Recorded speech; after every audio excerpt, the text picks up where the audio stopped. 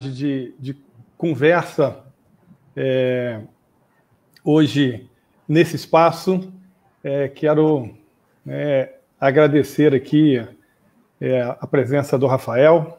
A gente vai bater um papinho aqui hoje, né, sobre os desafios que a gente está enfrentando, né, em relação à questão da nossa área de trabalho, que é a questão da educação. Nós vamos aguardar um pouquinho, Rafael. O pessoal está chegando, o pessoal está se conectando aí, né? Quero já te agradecer a presença, né? Agradecer aí a ajuda e a disponibilidade, né, da gente estar aqui na região sul-fluminense, né, uma área importante de atuação do IFRJ, e a gente hoje tem a honra de contar com você, o reitor do IFRJ, e a gente está podendo bater um papo aí com as pessoas, com a comunidade do sul-fluminense, né, o IFRJ que tem essa abordagem, né, em várias regiões do Rio de Janeiro e também aqui no sul-fluminense. Então, para a gente aqui da região é um prazer estar com você aqui para a gente poder bater esse papo. Bom, maravilha, Ari. Me aceita no Instagram também para a gente fazer a transmissão pelo Instagram? Isso, peraí. Boa pergunta, Rafael. Eu mandei a solicitação, tem aí solicitações. Muito bom, muito bom. Aqui.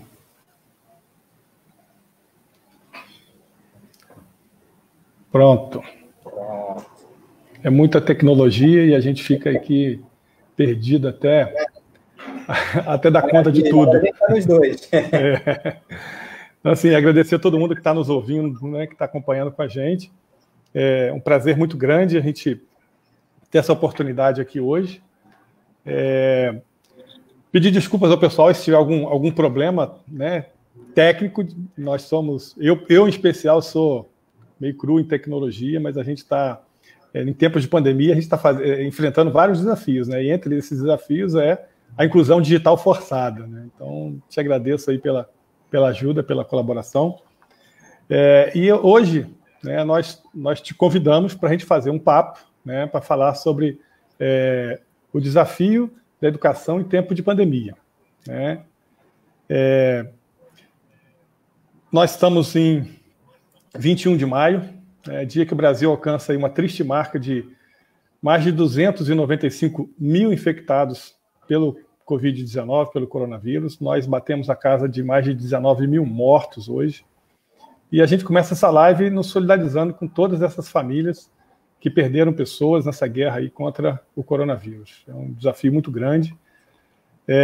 Nós vivemos um momento muito difícil, né, diferente de tudo que nós já vimos e vivemos até aqui. Então, nós somos chamados, e aí a ideia desse bate-papo é um pouco essa, é um chamado para a gente entender melhor esse momento e nos reinventar, né, enquanto pessoa, enquanto sociedade, enquanto instituição, né? Então, é o que está posto para a gente, é o que nós temos que enfrentar. Nós sabemos que a educação é importante e fundamental, né, para a construção da sociedade melhor, uma sociedade que seja mais justa, que seja mais fraterna. Sabemos também que ela sozinha não muda o mundo, mas é um pilar importante, estratégico para essa mudança, a gente alcançar essa mudança, né? Então, por isso que nós escolhemos esse tema, para a gente abrir essa roda de conversa, esse bate-papo. A ideia é que a gente possa estar se encontrando aqui toda semana, toda quinta-feira, nesse horário, para discutirmos temas, né, diversos e tudo mais. Então, eu quero muito te agradecer, né, por você estar aqui conosco. Rafael, que é professor do IFRJ, né, um cara novo, jovem, né, ainda não entrou na casa dos 40, né, quase. Traz energia enorme. Além de professor, né, é um ex-aluno dessa instituição, que eu sei que ele traz essa marca com muito orgulho, né, assim como eu também me orgulho muito de ter sido aluno dessa instituição e hoje a gente poder estar atuando como professor. O Rafael é professor da área de Química, né, tem mestrado, formado na UF, né, e tem mestrado e doutorado na UFRJ, trabalhando com Química Ambiental, né, relativa a questão das águas, né, com tratamento de águas e tudo mais. Também a gente dialoga muito, né, nesse campo de trabalho.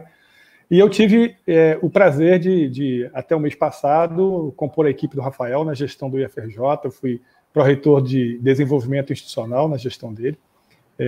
E agora eu me apresentei para um novo desafio, então eu pedi licença para poder enfrentar esse novo desafio. Então, suas boas-vindas, Rafael, para o nosso bate-papo. Fique à vontade. Com certeza, Ari. Queria dar boa noite a você e a todo mundo que está assistindo a gente, seja no Instagram, seja pelo Facebook. Você falou muito bem, Ari. Na verdade, a gente está aprendendo a lidar com essas novas possibilidades de tecnologia. Até então, a gente sabia até de muitas estratégias que elas nos permitiam, mas a gente acabava se limitando a ainda fazer o velho tradicional presencial. E eu acho que a gente está aprendendo muito nesse momento.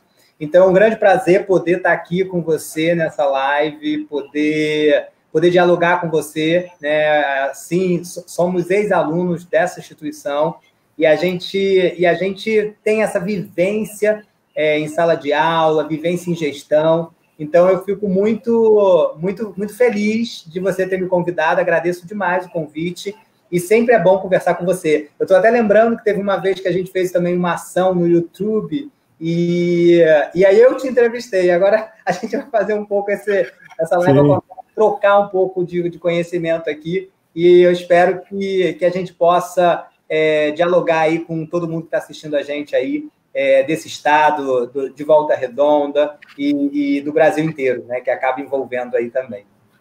Hoje a gente está para o mundo, né? Na verdade, não tem mais limite. Apesar do isolamento social, a gente rompe todas as barreiras aí com acesso. Certeza.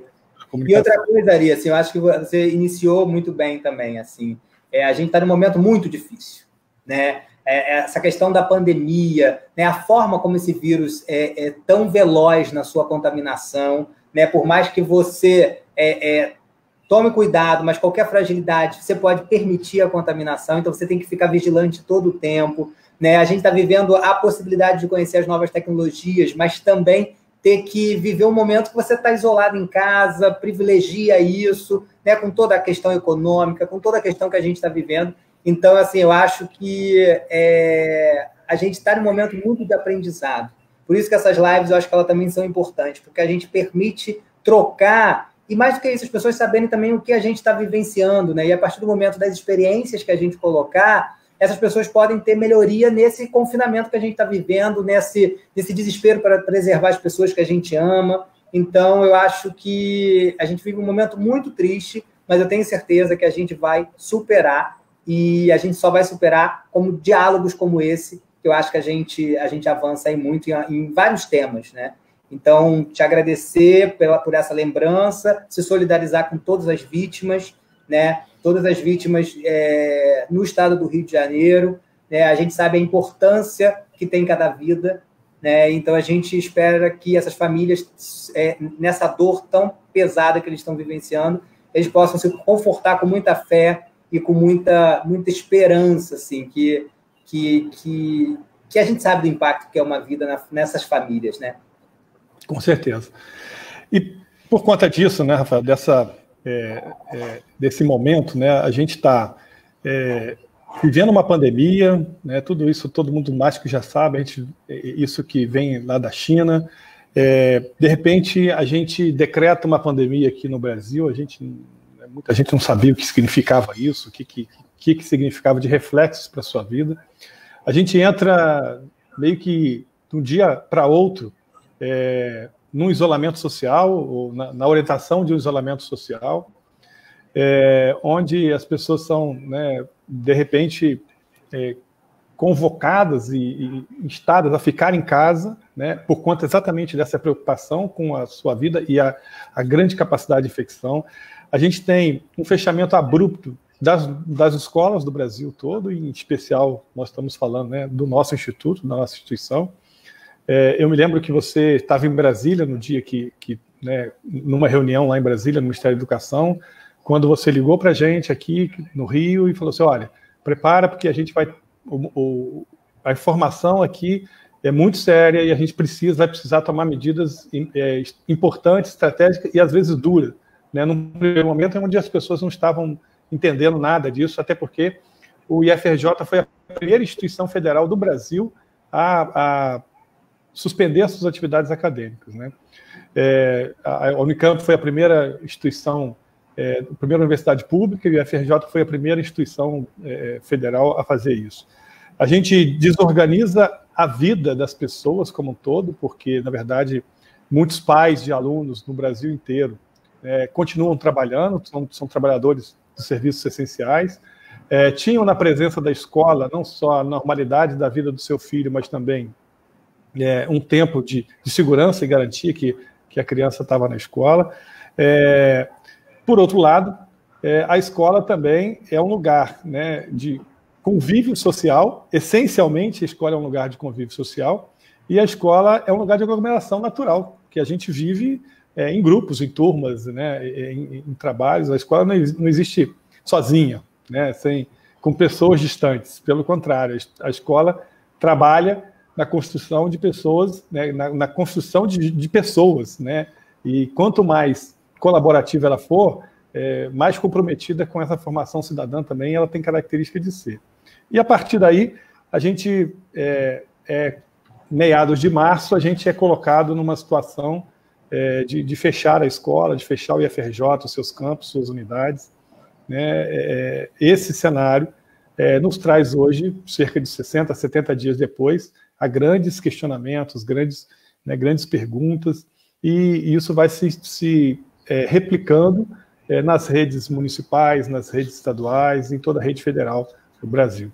Então, a gente queria conversar um pouco sobre isso, queria que você nos ajudasse, né, a entender esse momento, a entender esses impactos, a entender essas oportunidades, né? Mas antes disso, Rafael, eu queria que você falasse um pouquinho sobre o IFRJ, né? Esse Instituto Federal, instalado aqui no Rio de Janeiro, o que ele faz, o que é um Instituto Federal, né? Qual a cara dele, porque muita gente ainda não tem acesso a esse ensino, a essas unidades de ensino, e a gente gostaria de conhecer um pouquinho mais o Instituto Federal do Rio de Janeiro. Com certeza. Na verdade, assim, o Instituto Federal do Rio de Janeiro, ele é uma institucionalidade construída em 2008, né? Mas ele remota de várias instituições, né, que já existiam antes, né, tinham muito tempo de vida, né, o Centenário Colégio Agrícola Nilo Peçanha, em Pinheiral, né, a Escola Técnica Federal de Química, que virou Cefet Química, né, se junta e cria um modelo que hoje a gente tem 15 campos espalhados pelo estado do Rio de Janeiro, né, sendo principalmente na região metropolitana, na Baixada Fluminense e no Sul Fluminense, né? E tem o campus em Arraial do Cabo também, que pega a região dos Lagos, no estado do Rio de Janeiro. A gente tem dois institutos, tem o Instituto Federal Fluminense no Norte Fluminense e a gente tem o IFRJ nesses locais que eu citei aqui.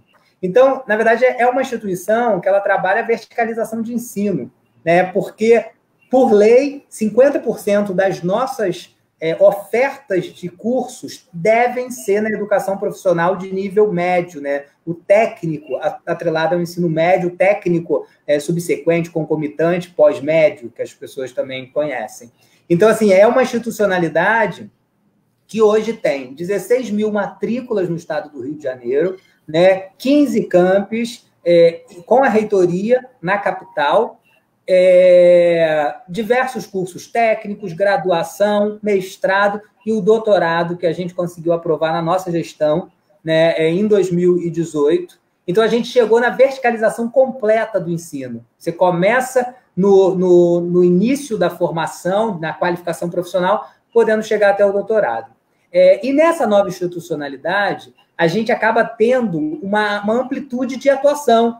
Você imagina, no momento que a gente começa a falar de algo que a gente pouco vivenciou, né? E aí, na última geração, talvez, esses últimos 50 anos, talvez, a gente não tenha vivenciado uma pandemia da forma como a gente está vivenciando, né? Onde a gente precisa reafirmar, e aí, por incrível que pareça, a gente hoje tem que reafirmar, e essa pandemia acaba fazendo isso, reafirmar a ciência, a tecnologia e a educação como um viés para a salvação no momento que a gente está vivenciando, né? Então, no momento que você pensa que você precisa ter resposta rápida, né, de cura, né, resposta rápida de prevenção, né, quem que está dando essa resposta rápida? É a ciência, são os cientistas, é a área da saúde, é o nosso sistema único de saúde. Então, assim, eu acho que a gente está vivenciando algo que a gente, nessa grande geração e pegando várias gerações, não vivenciamos. A gente teve alguns casos isolados e alguns casos que aconteceram no mundo, mas muito isolado. Teve o Ebola, teve a que a gente viveu da Zika, mas ainda tinha a questão do mosquito. A gente era mais fácil, não tinha a contaminação que a gente tem vivenciado com o novo coronavírus. Então, assim, é um momento muito diferente. E falar desse momento diferente, quando você pensa em uma instituição que tem essa amplitude de atuação, você percebe o impacto na sociedade. A gente tem o trabalhador que está trabalhando, que está estudando com a gente, né? Você tem o jovem que está trabalhando, estudando com a gente. Você tem o jovem que está, o adulto e o jovem que está entrando na pós-graduação. Ou seja, o impacto do IFRJ na vida, nesse momento de pandemia, ele é muito grande, porque você abrange diversos públicos. Porque no início, Ari, ainda existia uma ideia, né? Até porque a gente estava conhecendo também, uma ideia de que apenas o grupo de risco eram idosos e pessoas que pudessem ter alguma doença específica pré-existente. Hoje a gente está vendo que não é uma verdade. Né? O organismo, a própria mutação do vírus, né? E isso a ciência também que explicou para a gente, ele tem mutado e tendo impactos diferenciados. Né? A gente tem estudos até dos sintomas. O tradicional é a febre, a garganta arranhando, mas tem gente tendo urticária, tem gente tendo outros... Pequenas tromboses, né? Pequenos rompimentos de vasos. Isso é uma velocidade que a gente também precisa dar resposta, né? E que a ciência está fazendo, só que a ciência tem protocolo. Né? Não dá para a gente atropelar os protocolos, porque é assim que a gente chegou à cura de várias doenças. A gente tem protocolos de testes, protocolos de como colocar. Então, no momento que nós, né, gestores de instituições de ensino, né, pessoas da educação, somos colocados com um problema desse, né, e aí você falou bem, a gente estava na reunião dos reitores em Brasília, e eu lembro que foi muito engraçado, eu até já contei isso, é engraçado num sentido figurado, porque não tem graça nenhuma no que a gente está falando, mas a gente foi para Brasília na terça-feira, todo mundo chegou, se abraçou, se beijou. Na quinta-feira, quando estava indo embora, as pessoas já estavam não se cumprimentando, já evitando. Né? Então, assim, você vê que foi exatamente nesta reunião que a própria reunião que a gente teve com o Ministério foi que alertou para a gente, e naquela quarta-feira a OMS declarou como uma pandemia. E você vê hoje, Rafael, a Fiocruz informando, né, esclarecendo que o vírus já circulava no Brasil desde janeiro. Então, assim, naquele momento, né, era 12, 13 de março, mais ou menos, e a gente já tinha, hoje a Fiocruz já está testando que antes do carnaval o vírus já estava circulando no Brasil, né, numa outra condição, né, lógico, não é essa que a gente tem hoje. Então... Com certeza. E é isso, Ari, e aí falando um pouco nesse contexto, né, a grande vacina hoje que existe, levando em consideração esses protocolos todos necessários para a gente ter algo que efetivamente tenha resultado no sentido de ser uma vacina, de forma figurada, a vacina é o isolamento. Né? É usar máscara, distanciar, infelizmente a gente não conseguir abraçar os nossos queridos familiares, porque muitas das pessoas que podem estar, inclusive, com vírus, são assintomáticos. Uhum. Então, você, assim, por incrível que pareça, a gente foi forçado, uma nação e um povo, né, do Estado tão carinhoso, que gosta do contato, que gosta do abraço, foi visto, começou a ter que evitar o que a gente mais gosta de fazer. Né? Alguns momentos que a gente tem que sair para fazer compras, alguma coisa, né, para resolver algumas coisas do próprio IFRJ, eu olhei assim uma região aqui do Rio característica, com muitos bares, né? E eu passei lá tudo fechado, num horário que deveria ter alguma coisa. E aí você fala, caramba, assim, a grande essência, né, do cidadão fluminense, do carioca, é essa felicidade vivendo com os amigos, confraternizando. E isso está impactando no que a gente é. A gente é isso, a gente é doação, a gente é confraternização. E esse vídeo mostra para a gente que a gente vai ter que evitar um pouco isso para a gente continuar, né, no futuro se abraçando. Então, assim, esse contexto, a ciência evoluindo de muitas possibilidades, até mecanismos, e a própria educação dando resultado, que a gente vai falar mais para frente. Mas, por exemplo, eu acho que no momento que o IFRJ ele é convocado a fazer o seu papel social, ele está fazendo. Assim, no momento que é claro, né, que a educação, que a ciência, que a tecnologia, coisa que a gente traz muito orgulhosamente no nosso nome, né, Instituto Federal de Educação, Ciência e Tecnologia, a gente mostra na prática que a gente está fazendo nosso papel social, produzindo álcool, produzindo máscara, imprimindo 3D, fazendo várias ações que é o papel social da nossa instituição. Então, eu acho que é um pouco esse contexto aí do que você falou, né, a responsabilidade, né, a gente vai falar mais para frente, mas uma instituição de ensino, Ari, ela tem duas grandes vertentes, eu acho, né? Uma é o seguinte, ela é o local onde a gente pode conscientizar, né? A gente pode explicar como lavar a mão direito. Por quê? Porque a gente tem professores, que a gente tem cientistas, que a gente ensina como lavar, como passar o álcool gel, por que o álcool 70 e não o álcool 90. A gente consegue fazer esse trabalho de conscientização porque a gente, na essência, a gente está aqui para ensinar, para construir, para fazer troca. Então, a gente sabe fazer isso muito bem. Mas também é um espaço onde a proliferação e a contaminação é muito grande.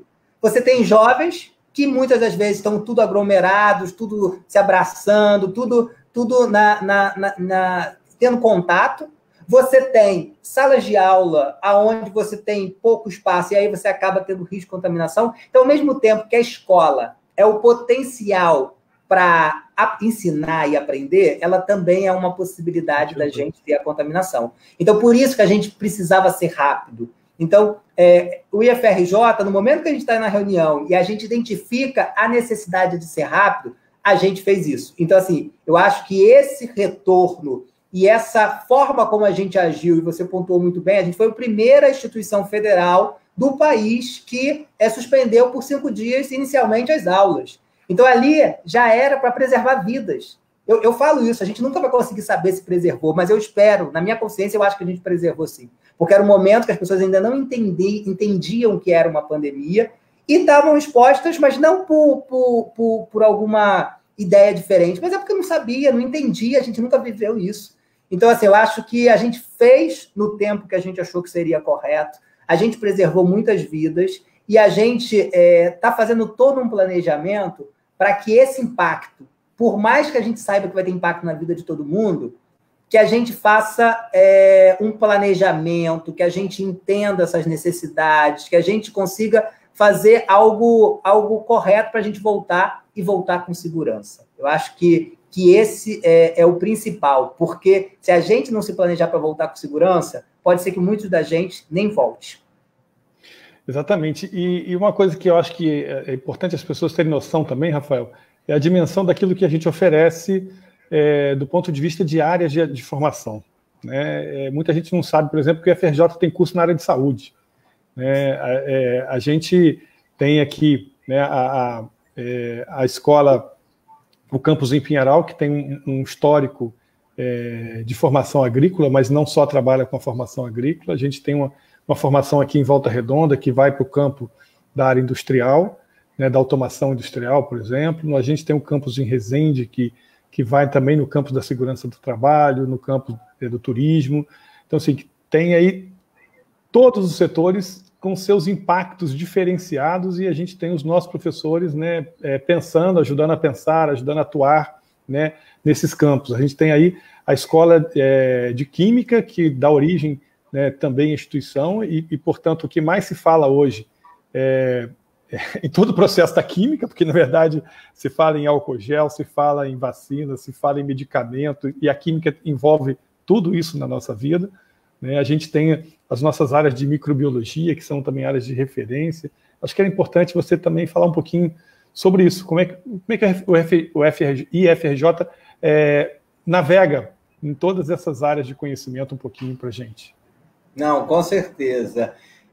Ari, eu acho que todo mundo que está assistindo aqui a gente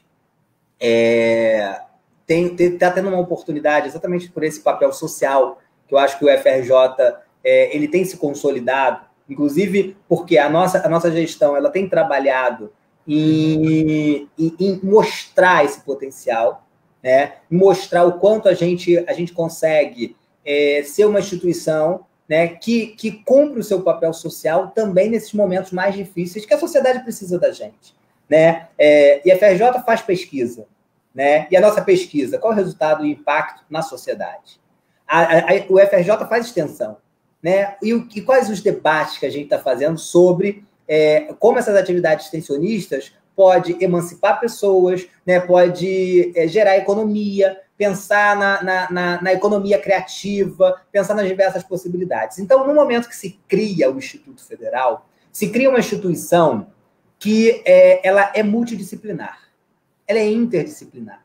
A gente vem de uma escola que trabalha basicamente no ensino agrícola e você tem uma escola que trabalha basicamente no ensino de química, nas suas grandes vertentes, nas suas diferentes possibilidades. Mas no momento que você junta, você cria uma outra institucionalidade que tem um curso de produção cultural, né, que é uma geração de renda. O Rio de Janeiro, ele gera renda. Diversas pessoas vivem do carnaval, vivem do samba, vivem da música, vivem da arte, vivem da tecnologia. Então, assim, no momento que você cria essa instituição, você começa a olhar o desenvolvimento regional. E foi assim que foi pensado quando a gente concebeu os institutos federais. Era pensar de eu poder pegar um campus, colocar em uma cidade do interior, porque a gente saiu das capitais, e a gente começou a entrar nas diferentes possibilidades do Estado. A gente passou a fazer com que o estudante de Volta Redonda não tenha que vir para o Rio para fazer uma graduação ou fazer um curso técnico, né, que não seja pago, que seja gratuito, que seja de qualidade. Então, ele acaba fazendo também, a gente cria essas possibilidades no momento que a gente também olha qual é a regionalidade. Em Volta Redonda, você falou muito bem, os nossos cursos de Volta Redonda, ele tem automação, tem os cursos de licenciatura, ou seja, é um olhar para a cidade, ele vê a cidade, né? Na área de saúde, a gente tem um campus que é focado na área de saúde, que é o Campus Realengo, onde a gente tem curso da área de saúde. Então, essa multidisciplinaridade, né, por mais que talvez a gente não tenha tido clareza quando a gente construiu essa instituição desse potencial, ela permite que a gente possa dialogar com a sociedade em várias demandas que ela tem. A gente não está falando só das áreas tecnológicas, a gente está falando das áreas tecnológicas, das áreas culturais, das áreas das licenciaturas, das áreas de formação de professores, das áreas do meio ambiente. Então, é curioso que a própria ação que a gente está fazendo nesse período de pandemia, a gente começou com álcool, a produção de álcool 70. Né? A gente começou a mobilizar, e aí a própria reitoria, né, que cabe o nosso papel, né, ser um grande estimulador das boas iniciativas, né, e eu tento muito fazer isso, Ari. Eu acho que o gestor que fica atrás de uma mesa, né, só pensando na burocracia, ele acaba deixando de sonhar. Né? Por que eu te admiro? Porque você é um gestor que você também sonha. Você não é aquele gestor burocrático. Você foi gestor de uma cidade e o seu objetivo foi, sim, trabalhar para essa cidade crescer. Né? Então, todos os seus desafios, a própria pró-reitoria, né? Você pegou uma pró-reitoria que era uma ideia de construção e você conseguiu viabilizar várias iniciativas, né? Valorizando pessoas. Então, acho que o seu papel ali foi muito de olhar o desenvolvimento institucional, mas não deixar de valorizar os servidores. Então, isso é o que a gente tem que fazer, né, como gestor. Então, no momento que você viabiliza que as coisas aconteçam, a gente começou a produzir álcool, e aí, hoje, a gente já tem 7 equipes produzindo em diferentes... em 7 equipes em 15 campos, em diferentes campos. Né? A gente já chegou a uma produção de mais de 20 mil litros de álcool. Né? A gente está produzindo, no início a gente teve uma certa dificuldade para produzir o álcool gel, mas porque as matérias-primas sumiram, né? E parte delas, por incrível que pareça, Ari, e aí é uma coisa que a gente tem que discutir, o carbômero, porque como é que você faz o álcool gel? Você tem o álcool etílico, que é a base, o princípio ativo, você tem O carbômero, que é usado para dar o aspecto gelatinoso, e esse carbômero, o mais usado, ele não é produzido no Brasil, ele é importado. Então, como o mundo inteiro está precisando de álcool gel, o mercado internacional sumiu. Então, a gente começou a se criar novas tecnologias, novas possibilidades, novos carbômeros. É por isso que, às vezes, a pessoa fala assim, mas o álcool que eu uso é pegajoso, porque o carbômero que está sendo usado ali não é o ideal, mas é um que é viável, que é possível. Né? Por que a Anvisa liberou o glicerinado? Ela liberou o glicerinado porque foi mais fácil produzir e tem o mesmo efeito umectante. Então, só para concluir aqui, você tem o álcool etílico, o carbômero e algum incipiente, que pode ser uma essência, né? E você tem um neutralizador de pH, porque você precisa que aquele álcool não ataque a sua pele. Então, por isso que você usa. Então, o glicerinado ele tem o mesmo efeito. E aí o FRJ mobilizou professores, a gente mobilizou estudantes, as ideias foram surgindo, estudantes querendo fazer, produzindo. Hoje a gente tem uma equipe muito intensa, né? A gente está tentando preservar o máximo dos estudantes para não estarem no laboratório se expondo, né? Porque a gente sabe, às vezes, que vai pegar um transporte coletivo, etc. Mas os professores, eles estão produzindo e os alunos estão ajudando, né, nessa produção. Por exemplo, esse aqui que a gente até separei aqui para a gente ver, esse aqui é o álcool gel que a gente produziu no campus Rio de Janeiro. Essa logo aqui, por exemplo, do álcool gel, foi produzida pelos nossos estudantes. Tem até, se consegue entrar aí, tem o IFGel, e eles produziram essa arte, eles Legal. Fizeram, a gente tem uma consistência maravilhosa aqui do álcool, ou seja, isso aqui é a gente usar o conhecimento que a gente tem no Instituto para a produção. Aí depois foi surgindo outras iniciativas, né, Ari? A gente teve protetor facial. Né? Aqui em Volta Redonda, né? Volta Redonda, exatamente, eu ia chegar lá. Volta Redonda, professor Elton, por exemplo, e a equipe toda, aí tem uma grande equipe também envolvida, né, de profissionais, de alunos que estão ajudando, né, começou a produzir protetor facial, né, e hoje está atendendo a cidade de Volta Redonda. A gente tem produzido em outros campos também, Duque de Caxias, Mesquita. A gente tem agora equipes que estão querendo produzir respiradores, então a gente está tentando viabilizar para que isso aconteça. Né?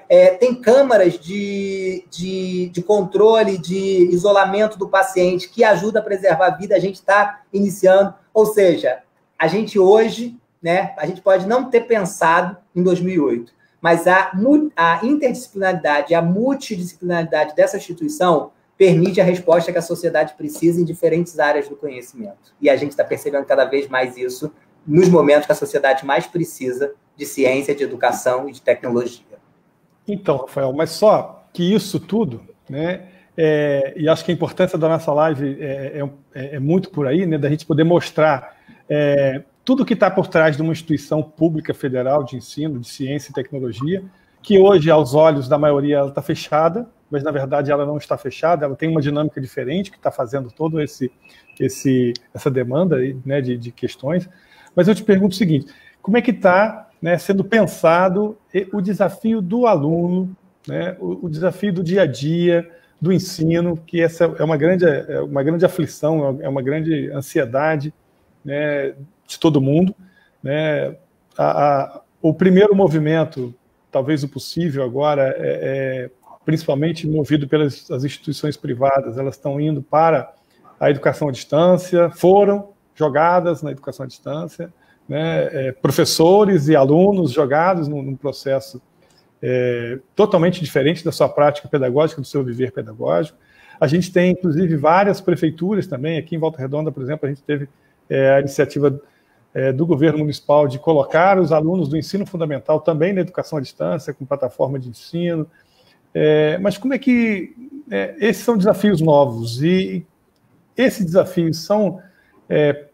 né, como é que a gente está convivendo com isso com os nossos alunos, com relação do ensino, com o dia a dia, né, do trabalho acadêmico da instituição? Dá uma palhinha para a gente sobre isso. Sim, com certeza. O que a gente fez? Olha só, a gente suspendeu o calendário. Né? Por que a gente suspendeu o calendário? Né? Porque a gente entendia a necessidade da gente evitar contaminação na nossa comunidade. Então, suspendeu o calendário. O que significa isso? Tem gente que às vezes não entende o que é a suspensão do calendário. O calendário para no momento que ele estava. E aí, quando retomar, ele vai voltar naquele período que ele parou. né? E aí, parar um calendário no momento de pandemia é perceber as especificidades desse momento, né? Eu tenho certeza que você, Ari, ou quem está vendo aqui a gente, às vezes está trabalhando 3 vezes mais no modelo à distância. Está trabalhando muito mais. Por quê? Porque você não tem o trânsito que você pegava para ir para o trabalho, você não tem o liga e desliga, né? Chegou no trabalho, liga, saiu do trabalho, desliga, vai para casa, vê um filme, vê uma TV, vê uma novela, etc. Você não tem mais isso, né? Você sai, no máximo, do quarto para a sala, quando você ainda tem um quarto e uma sala separado, mas às vezes você nem tem isso. Então, assim, esse modelo, ele afeta muito as pessoas. Então, quando a gente começou a perceber que o nosso estudante também, que vinha numa rotina, né, de estudo, de dedicação, e ele passa a ter que suspender isso tem impacto na vida desse estudante. Então, a gente começou a fazer estratégia, primeiro para manter o vínculo com esse estudante, né? Então, a gente começou a estimular que a gente tivesse atividade remota, mas não que tivesse a cobrança que a gente tem no presencial. Por quê? Porque a gente sabe que nesse momento, né, que Deus queira que a maioria das famílias estejam sem nenhum problema de contaminação do Covid, mas aquelas famílias que seu pai, o seu filho, ou o seu tio, o seu avô tá doente, vai afetar o seu psicológico, né? Até porque você tem todo esse receio. Então, a gente começou a perceber a necessidade de manter esse vínculo com o estudante. E aí, dentro de uma política para reduzir a evasão desse estudante. Então, isso foi o primeiro momento que a gente fez e essa relação. Segundo foi a discussão sobre a rotina, né? Você fazer essas rotinas, não que fosse propriamente atrelada ao ensino letivo, mas você começou, além de fazer esse vínculo, por exemplo, assistência estudantil a gente não parou, né? Porque o estudante que recebe auxílio moradia, por exemplo, ele não deixa de morar. Ele não deixa de morar, né? Talvez a gente não vá pagar o auxílio transporte, porque ele não está indo para a escola, mas a gente não deixou de pagar um auxílio emergencial. Até porque a gente sabe que muitas famílias, né, seja no Sul Fluminense, seja na capital, estão perdendo seus empregos. Né? Então, às vezes, esse auxílio emergencial para o estudante, ele acaba sendo o auxílio emergencial para aquela família, né? Que está tendo até dificuldade, às vezes, para conseguir o auxílio emergencial também que está sendo doado aí a nível federal. Então, na verdade, a gente começou a pensar quais as estratégias, né? Pegar o ensino presencial e transformá-lo ele em EAD? Será que isso é a solução para esse estudante? Né? E aí a gente começa a pensar, Ari, o que você precisa ter. Como é que faz a educação à distância? A gente está aqui com o celular que a gente tem, a gente está com um computador que a gente tem, né? Mas será que todo mundo tem um computador e um celular que tenha, além de ter, né, o equipamento, ele tem internet para navegar? Eu já tentei fazer live aqui no Instagram que eu ficava travado. Por quê? Porque a minha internet não estava boa. E olha que eu estou falando de internet no centro de Volta Redonda, no centro do Rio de Janeiro, né? Mas você começa a imaginar as áreas mais longe do centro no município de Volta Redonda. Você começa a imaginar os municípios no entorno. Então, você vai começar a perceber que há dificuldade no país, a gente não tem uma internet de altíssima qualidade. Não tem. E não adianta falar que você já tem diferença geograficamente no estado. Imagina você também saber que você não tem, às vezes até em locais que deveria ter uma internet boa, não tem uma internet boa. Então, esse é o primeiro ponto. Segundo ponto, né? Se eu me estender um pouquinho, tu pode me cortar aqui, mas qual é o segundo momento? O segundo momento é o seguinte: mesmo que ele tenha um celular, mesmo que ele tenha um computador, será que esse computador que ele tem é um para cada membro da família? Será que esse pai também não está usando para trabalhar? Será que essa mãe não está usando para fazer um curso que ela também está fazendo? Então, assim, Quantos filhos tem nessa casa, né? Quantos filhos tem nessa casa? Né? Como é que está sendo a dinâmica dessa mãe para esse aluno que está fazendo o ensino à distância? Então, assim, são vários fatores que a gente começa a perceber que não é um estalar de dedos. A gente não está fazendo, e aí que é o que eu falo muito, né? Educação à distância não é pegar um PowerPoint e mandar por e-mail. Uma apresentação, né, para quem está ouvindo aí a gente, fazer uma apresentação, um slide, né, uma transparência para os mais também que já viveu isso. Você não pega isso e manda por e-mail, isso é educação à distância. Educação à distância é uma modalidade de ensino. O estado do Rio de Janeiro, Ari, foi pioneiro na construção de cursos à distância, né, com o consórcio CCERJ e o CEDERJ. Você envolveu várias universidades. Você não tem uma instituição única, você tem a UFRJ, você tem a Rural, você tem várias universidades que têm educação à distância, que se juntou para construir um modelo de curso que pudesse dialogar com aquele trabalhador que tem dificuldade para se locomover e tem facilidade de fazer o ensino à distância. Porque as pessoas também não têm todo mundo facilidade para fazer o ensino à distância. E que tem uma condição essencial, né, Rafael? Porque nós também, no UFRJ, né, temos os nossos cursos à distância que a gente precisa, né, para abrir um curso à distância, garantir que o aluno tenha acesso a isso. E para isso nós temos os polos lá na cidade, onde ele vai, de qualquer forma, se ele não estiver em casa, ele tem o polo presencial, onde ele tem um computador, ele tem uma rede de internet, ele tem um tutor que está ali para poder orientá-lo, até que a pessoa possa se familiarizar com isso. Eu confesso a você, eu tenho uma dificuldade enorme, mas enorme, de começar um curso à distância e levar até o final. É muito difícil. Você tem que ter uma capacidade de concentração, você tem que ter uma dedicação, você tem que ser extremamente rigoroso com você mesmo para você manter as tarefas em dia, manter todo...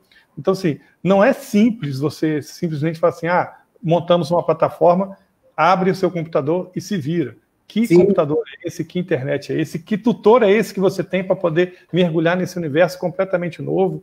Sim, então... e Ari, você tocou em um ponto, né? Me permite complementar, que é o seguinte, o nosso professor, né? O nosso professor, ele está preparado para a educação à distância? Eu tenho certeza que o nosso jovem está. Aquele jovem que tem hoje muita facilidade com as tecnologias, né? Quando você consegue ter as tecnologias, mas você tem facilidade. Então, assim, será que o nosso professor ele está disponível ele conhece essa tecnologia? Né? Se ele for replicar as mesmas práticas, às vezes questionadas, que ele faz no ensino presencial, se ele fizer na educação à distância, isso melhora ou isso piora a aprendizagem? Né? Então, assim, você vê professores que estão sofrendo, né? E cada vez mais a gente vê professor sofrendo em relação às dinâmicas da sala de aula, e aí esse professor está sofrendo porque ele não consegue entender muito a tecnologia, ele não está entendendo muito essa questão da live. Então, assim, eu acho que a gente precisa respeitar também esses momentos. Além de tudo que a gente está falando, né, de internet, de equipamento, da vida das pessoas que está tumultuada, né, a gente precisa entender que a educação à distância, ela, inclusive, quando a pessoa não tem acesso, né, não tem um computador, tem os polos para fazer. Só que hoje não está permitido ir para isso. Não tem nada, ela não tem nenhuma coisa nem outra, ela não tem onde fugir. Né? Exatamente. Ela não tem um tutor, né, para entrar numa ferramenta de gestão que foi pensada para aquilo, ela não tem um tutor para usar um material que foi pensado para aquilo, acabouço de pensar pedagógico para ser apresentado naquele modelo, né, e ela simplesmente é jogada nessa condição. A gente que vive, né, a realidade dos nossos campi, todos, né, dos nossos 15 campi, inclusive os daqui do Sul Fluminense, a gente vê a dificuldade, os nossos alunos, a maioria dos nossos alunos, ele tem o seu celular, ele tem o seu WhatsApp, ele tem, mas ele vai pegar o Wi-Fi lá da instituição. É lá que ele vai ter acesso à internet. Quando ele pega, muitas das vezes, o ônibus, que tem muitas linhas de ônibus aqui que já tem a disponibilidade do Wi-Fi, o ônibus municipal ou intermunicipal, ele está doido para entrar no ônibus para poder entrar no Wi-Fi e poder baixar as mensagens e trocar as informações, e é lá que ele sustenta as informações lá no colégio. Ele fica esperando sair do colégio, muitas das vezes, porque ele tem que esperar o professor no dia a dia da vida dele, porque quando ele chegar em casa, ele sabe que ele não vai ter acesso àquela informação, àquele e-mail, àquele arquivo. Então, a gente fica pensando que nós temos que pensar num outro modelo, e nós fomos levados a isso, nós somos obrigados a isso.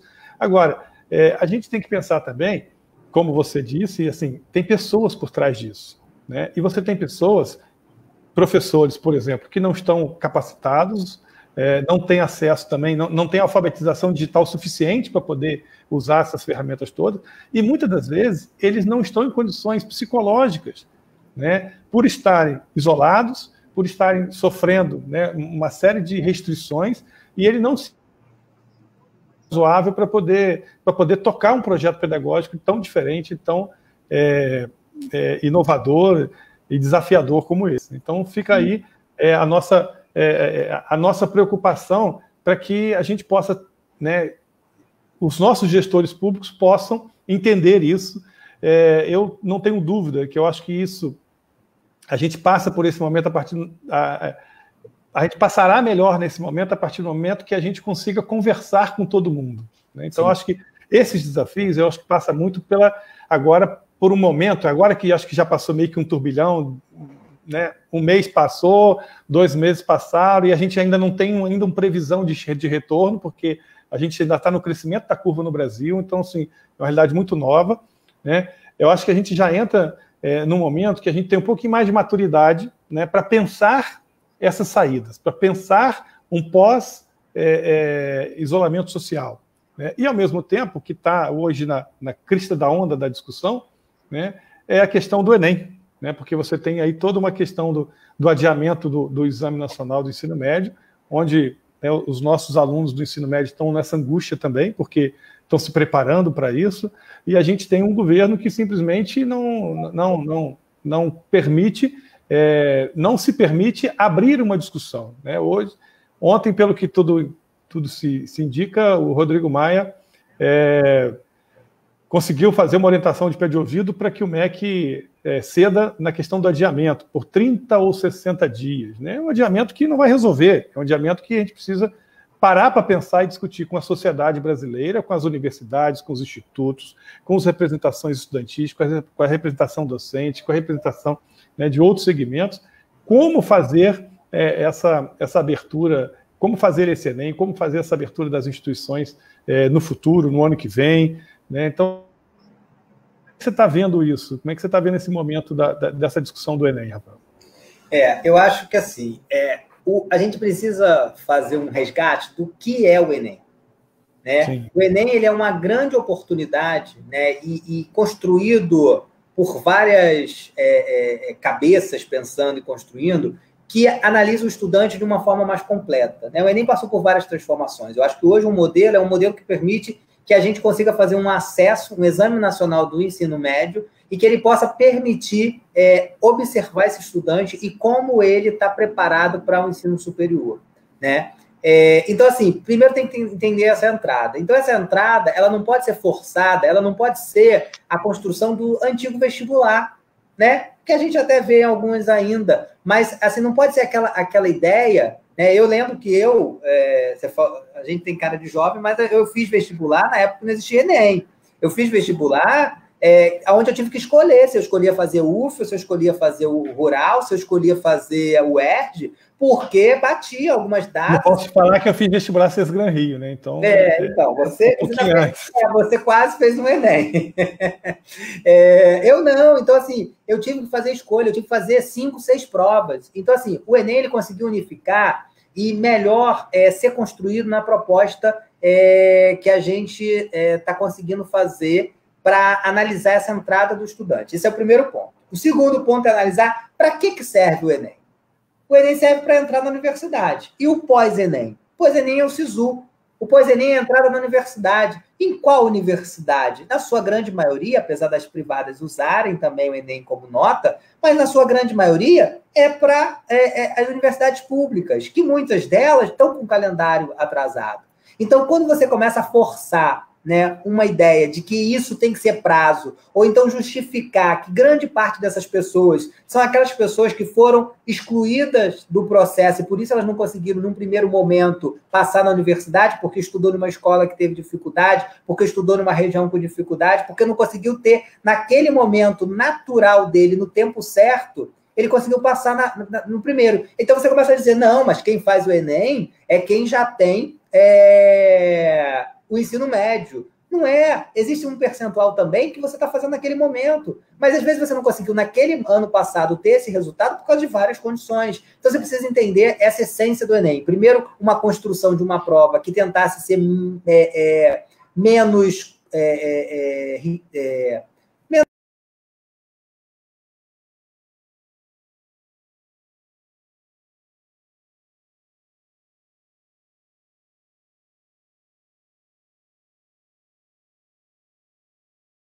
Janeiro, os reitores das universidades federais, e não é só porque a minha escola está tendo educação à distância, a minha outra escola não está tendo, não é por isso que a gente está falando. A gente está falando que a gente vive num momento que as pessoas estão preservando a vida. A vida.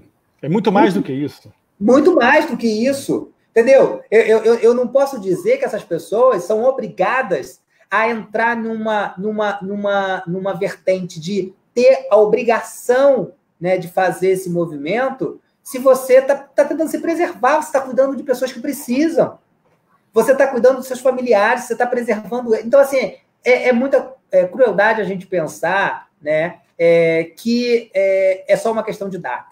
Não é uma questão de data, é o objetivo, para que serve o Enem, como é que ele foi construído, como é que ele foi pensado. Então, há necessidade, sim, de prorrogar, e a gente defendeu e sempre defendeu, né, e está apto para explicar exatamente isso. Sim.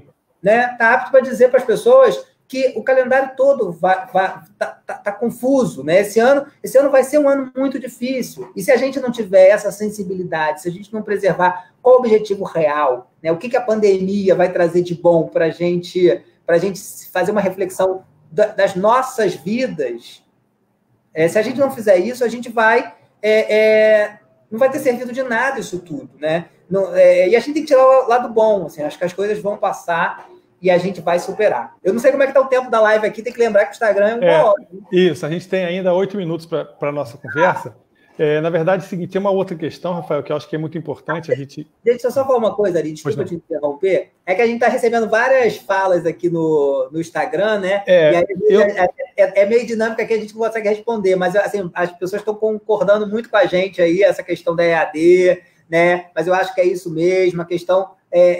a Amanda está falando aí, a Amanda está assistindo a gente, falando da questão dos excluídos, das pessoas com deficiência também, que às vezes tem dificuldade, aí isso também é muito legal, Ari, a gente falar, porque às vezes as pessoas têm dificuldade no ensino à distância porque acha que todos são pessoas que não possuem deficiência. E aquele aluno com deficiência, né? Sim, como é que ele faz? Ele precisa de um aplicativo para fazer a tradução. Então, assim, você tem várias questões, você tem que ter o tradutor e o intérprete de Libras. Então, assim, às vezes a gente também fala da EAD e esquece também dessas pessoas com deficiências que vão perder essas oportunidades exatamente porque elas têm dificuldade também atreladas a essa deficiência. Então, a Mandinha aí e todas as falas aí, falando do papel do professor, o foco no estudante. Eu tentei ler aqui alguns, mas é muito dinâmico isso, né? E eu estou aprendendo ainda com essas tecnologias todas, não estou conseguindo acompanhar tudo, principalmente no Instagram. Ótimo, eu estou adorando. Você tem aí uma alta tecnologia aí usando. Eu estou adorando. Acho que é a live mais high-tech aqui que eu já... Você está indo bem. Não, aqui no Facebook a gente tem também várias manifestações aqui, né? O pessoal do Facebook, temos professores aqui nossos do FRJ participando com a gente. Um alô para você aqui que o pessoal está mandando, o pessoal falando, né, sobre os desafios, a questão da educação à distância, concordando com a gente também. Legal. A Marinês participando aqui, dando boa noite para todo mundo. A Glória falando de maravilha da live. O Zé Márcio, meus parabéns pela atuação rápida frente à pandemia. Estou cursando superior de tecnologia em saúde coletiva e vejo a grande importância do distanciamento social. O IFRJ teve um salto de grande importância nesse quesito, inclusive evitando a contaminação e etc. Pinheiral jamais teria uma graduação se não fosse o IFRJ. Muito obrigado. Então, sim, várias pessoas, o Jorge, nosso amigo Jorge Maximiliano, um papo interessante, esclarecedor. Então, tem muita gente também que está participando aqui e agradecendo, né? A Glória Fernandes, agradeço. Temos vários colegas professores com muitas dificuldades, agradeço por ter a oportunidade de fazer o curso técnico informático do IFRJ de Pinheiral, e hoje, com a pandemia, está me ajudando muito no trabalho docente. Olha só como a gente, né, vai formando os profissionais que vão, né, crescendo na sua vida e levando todo o conhecimento técnico e tecnológico que a gente que a gente oferece. Isso é mudança, né, de oportunidade para as pessoas. Então, quero agradecer a todo mundo que está aí com a gente também no Instagram, participando.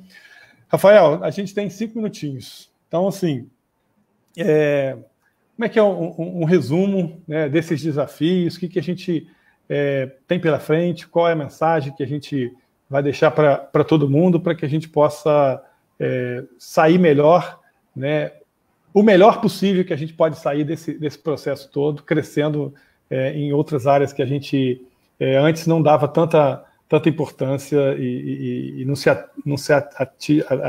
atentava tanto para isso.